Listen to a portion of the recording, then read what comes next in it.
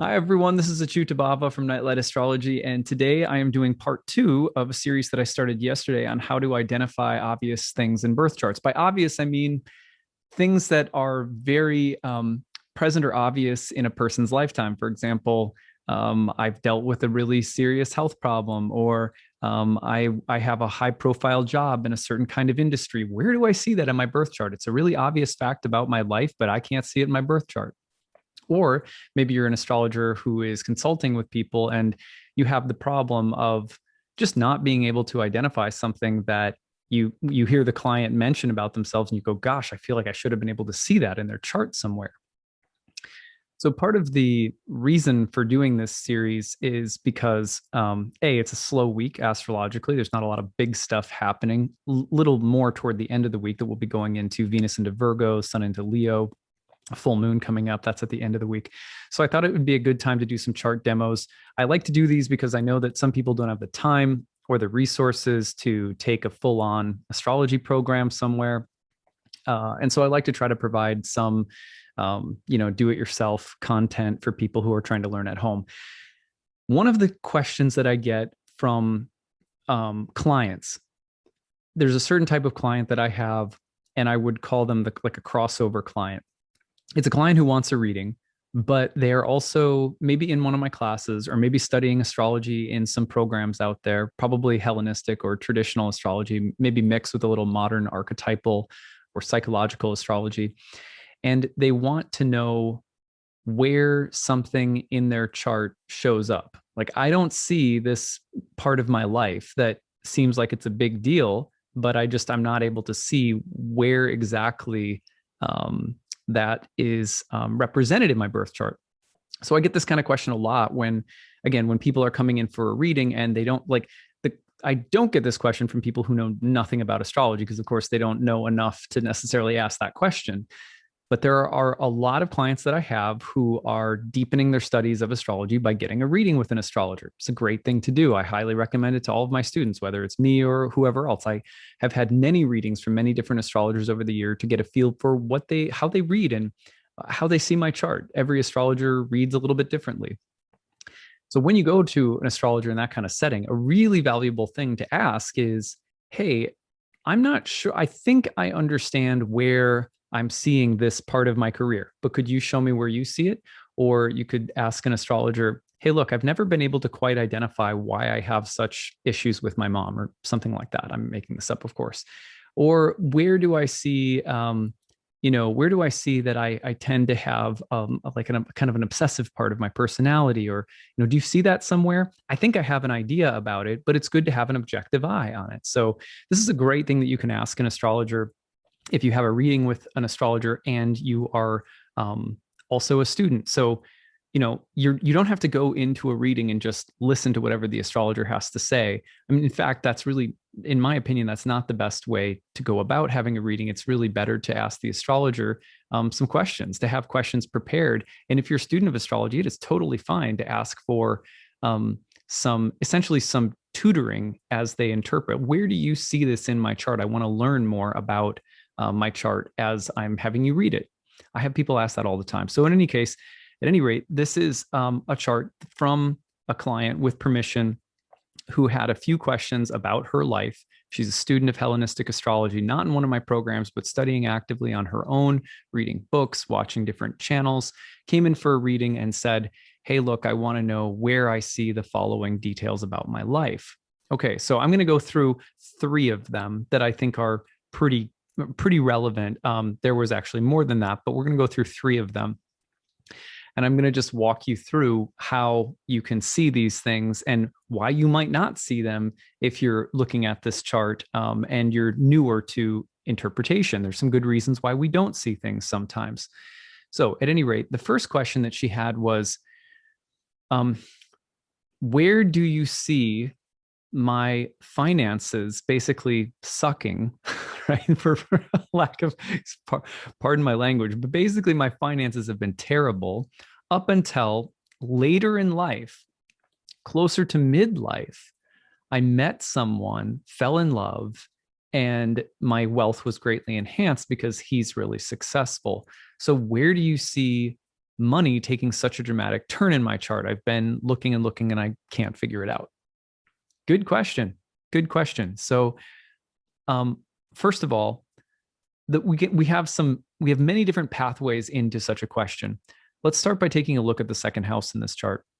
This is going to be the place of money and finances. It's empty, so that means that we're going to look at the ruler, who in this case, because whole sign Gemini and the second house, we're going to look at Mercury. So Mercury is, excuse me, Mercury is the ruler. Now, there's a number of different ways that you can that you could go from here. You could assess Mercury's condition. You could assess its house placement, its aspects that are being made, its essential dignity, etc. And you could, by looking at those different factors, you could get a sense of what's the bottom line here. So one of the things that she mentioned was that she'd been living, never really been able to afford her own place, always living with roommates and always feeling really constrained with finances. She used the word constrained. As soon as I hear certain words that people use, I start putting pieces together. Constrained, for example, is a Saturnine word. You notice that the ruler of her financial house is Mercury, who is in Capricorn, which is Saturn's sign. And then Saturn points us down to the fourth house, where Saturn is retrograde and debilitated in the sign of Leo, in the place of living environment. So this person, from the time that she went to college, it's a very kind of ninth house thing, by the way, the house of higher education, ninth house. At that time she went to college and onward throughout her adult life, she'd always had to live with roommates and so on and so forth. Now, she was a teacher, did not make a lot of money teaching. This is also interesting because you can see that the ruler of the second house of money or finances in that house of education translated into her teaching, not making a lot of money and being sort of house poor, or not house poor, being always having to have roommates because she couldn't afford her own place to live. So granted, she lives in a city, a big city, so it can be more expensive. She teaches in a city, living in a city can be more expensive. So at any rate, you're seeing the condition of how she makes her money, the ruler of the second in the ninth, and also that the money put her into more constrained, limited circumstances, and it especially she seemed to mention the condition of her living environments. So you could see that represented right there just by following the ruler of the second, seeing where its host Saturn is in this case, seeing the connection between the second and the ninth. You can start to see the story. So, but when she said, I had difficult finances, and then later they turned around because I met someone, I didn't start by going and looking for how that turned around, though I might have even been able to see it right away. Instead, what I did was I said, tell me a little bit more about how you have made your money, what kind of circumstances you've been in around money, what are the patterns? Then she told me the story. Well, I'm a school teacher. School teachers don't make much, but and I've had these living conditions. Okay, but when she said that, then I can start, gives me a little context. I can start seeing connections. I can start seeing Mercury ruling the second in the ninth. I can start seeing Mercury and Saturn sign connecting me down to the fourth. So I start to see the circumstances. Now, what I want to know is there any hint here that Mercury's situation could improve? And a lot of the times, the way that we're going to see an improvement in condition is if Mercury is about to change signs when a person is born, which could mean that the dignity changes, picks up perhaps, or if we're going to see, let's say, an application, an aspect that's forming between Mercury and another planet, suggesting that Mercury improves because of its connection with a planet that's in good shape, something like that. So in this case, one of the things that we can see right away that's really interesting is that Mercury is in the morning star position. You can, if you know a little bit about how to identify phases, which I won't go into right now, but you can see Mercury's in the morning star position. And if we go back just a little bit, if we something that I will do often in readings is I will just check to see if Mercury made a station direct or retrograde, or just came out from under the beams of the sun within about 7 to 10 days of birth. So this is something that Hellenistic astrologers did. So if I go back within, say, I don't know, like 6 or 7 days, what I can see is that, yeah, not long before this individual's birth, Mercury was stationing to turn direct, and kind of moving into its direct phase after its retrograde. So what does that tell me? Well, I'm gonna go back to the original chart here. Just give me 1 second. So what that tells me is that we have a Mercury that has just changed directions from retrograde to direct. That can mean that things are going to improve, but gradually and over time, because you have a slow moving Mercury, but it's a strong morning star Mercury, which means it's in sect in a daytime chart. It's a pretty powerful Mercury, but it's very slow moving. As it gets going, what is it going to do? Well, we're going to see it pick up speed, and it's moving toward a conjunction with Mars, who is exalted, and Mars is also moving in its own application to the midheaven. So you can just kind of look at this symbolically and see, look at what's going to happen with Mercury. Mercury is going to catch right up to Mars. It's going to change signs into Aquarius, but it's essentially moving into an application with Mars. And what is Mars's base condition in this chart?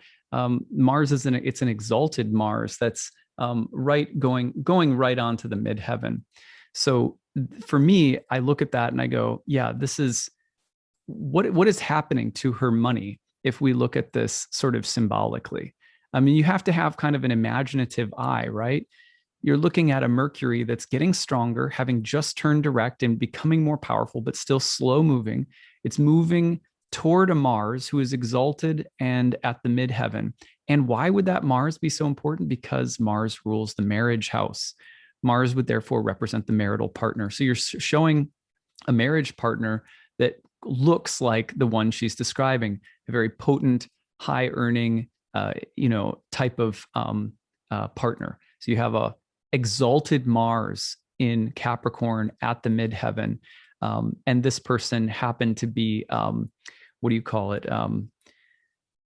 Like a superintendent level in the school system. So someone way high up, but also in the 9th house of higher education. Isn't that interesting? At any rate, the fact that Mercury is joining with that Mars, and that you could even symbolically look and say, hey, look, they're going to conjoin Mars right as they cross into the 10th house in Aquarius too, or something like that. But the idea is that her money and her career or profession related to the earning of money vis-a-vis Mercury is picking up a lot of strength because it's moving toward an exalted Mars who represents the marriage partner. So you're not like, in ancient astrology, you learn to train your eye to look for those kinds of things, among lots of other things. And you could make a case. I think there's several cases to be made in this chart as to why money could pick up over time. But at any rate, another one of them, for example, which is even, I think, just a little bit more straightforward, honestly, is you look at, she has an exalted moon in her first house. And the exalted moon is moving into a trine with Mars, the lord or ruler of the 7th house of marriage.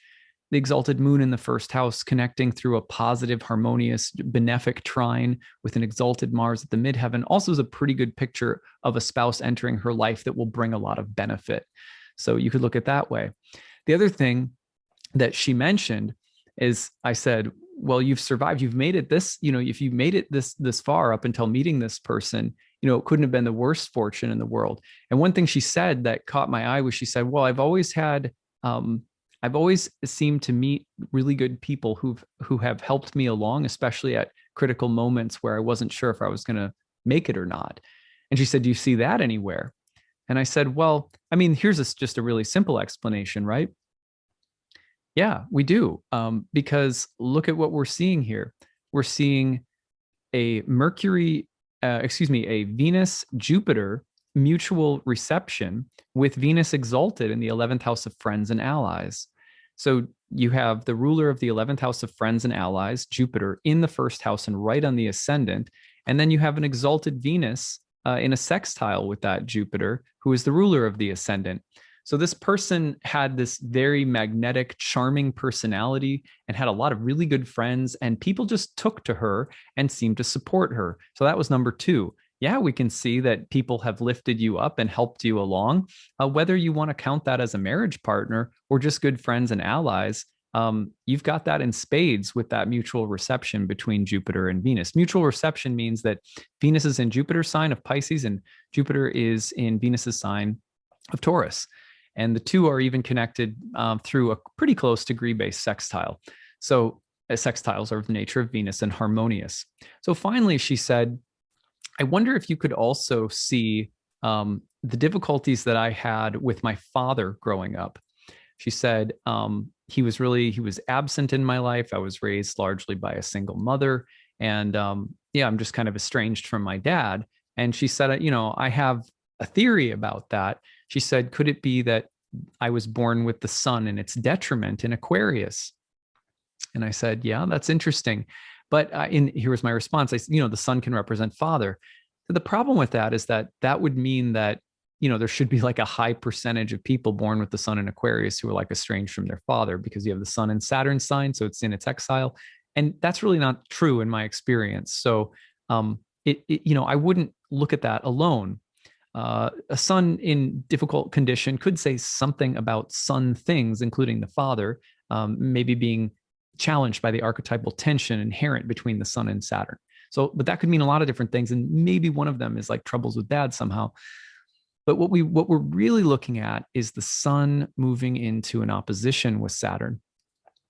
So the sun and Saturn are now in each other's signs, but in mutual exile. So they're in their mutual reception, but they're also each in detriment. And so I was just curious, because I said, would you say that there's anything that your father has like given to you, like anything that, even despite the estrangement or whatever, the bitterness that he, that he gave to you? She was like, well, throughout my life, like one of the only ways that he's stayed connected is occasionally he gives me money and helps me out with rent.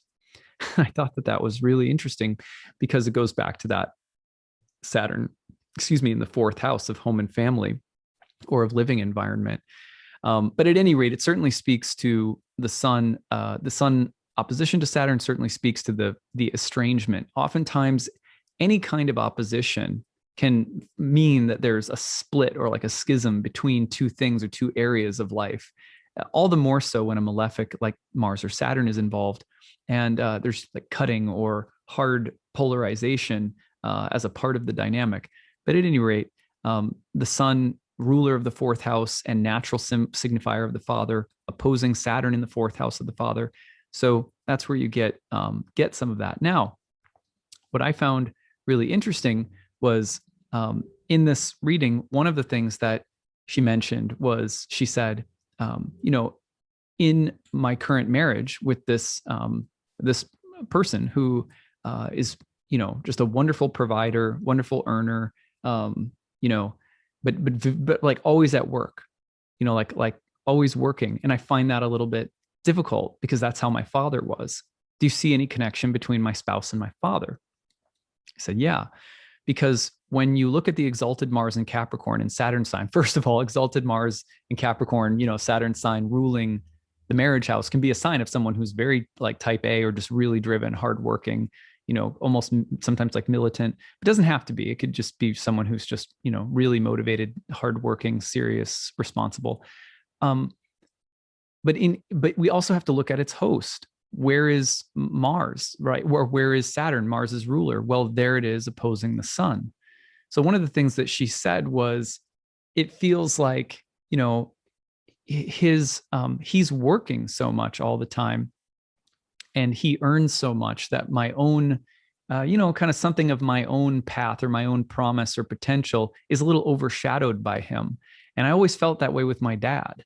And I thought it's really interesting, because you're seeing how the Sun-Saturn dynamic, representing something about father, is also present through the ruler of the marriage house, Mars, looping back to that Saturn-Sun dynamic.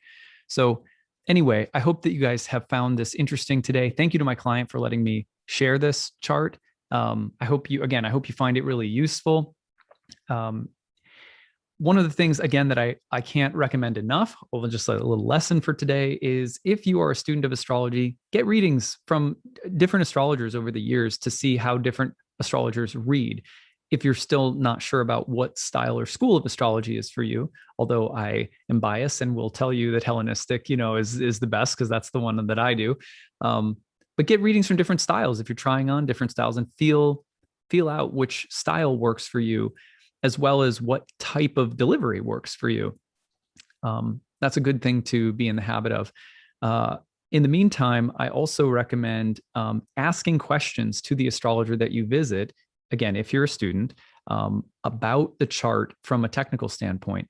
One thing I remember is I had a reading with Demetra George some years ago, and I mentioned this very specific pattern in my life. And I said, I'm wondering if you can tell me where you see that. And she was able to, point that pattern out in my chart in a way that I had just never dawned on me to see it from. I had never dawned on me to look at it that way before. So there are sometimes several ways to see something about yourself or someone else in a birth chart. So it's not always just one way, but hearing different astrologers address how they see it, and listening to the techniques that they use and the way that they're seeing the craft that they're using is just such a good way to learn. One of the programs that I'm starting this fall is called Readings and Passages. If people have had if they have to have taken my year 1 program or have some background in Hellenistic astrology already, but that course is just 24 live readings followed by craft breakdowns of the readings, as well as key teaching passages from ancient astrology manuscripts. It's a great way to learn, is to just watch someone do. Like, that's a big part of how I teach, is to, okay, here's all the techniques, here's the theory, the history, the philosophy of Hellenistic astrology, or kind of traditional astrology in general. Then let's see how we apply that in a live client reading, where we also may draw on certain aspects of modern psychological astrology, kind of coffee shop counseling style. So at any rate, I find that approach really useful. And so I hope that you guys remember to ask that of your astrologer next time you meet with them. All right. Well, that's it for today. I hope you guys are doing well, and more to come later this week with some of the big transits of the week. The full moon is the biggest one, but Venus and Sun changing signs as well. All right. Take it easy, everyone. Bye.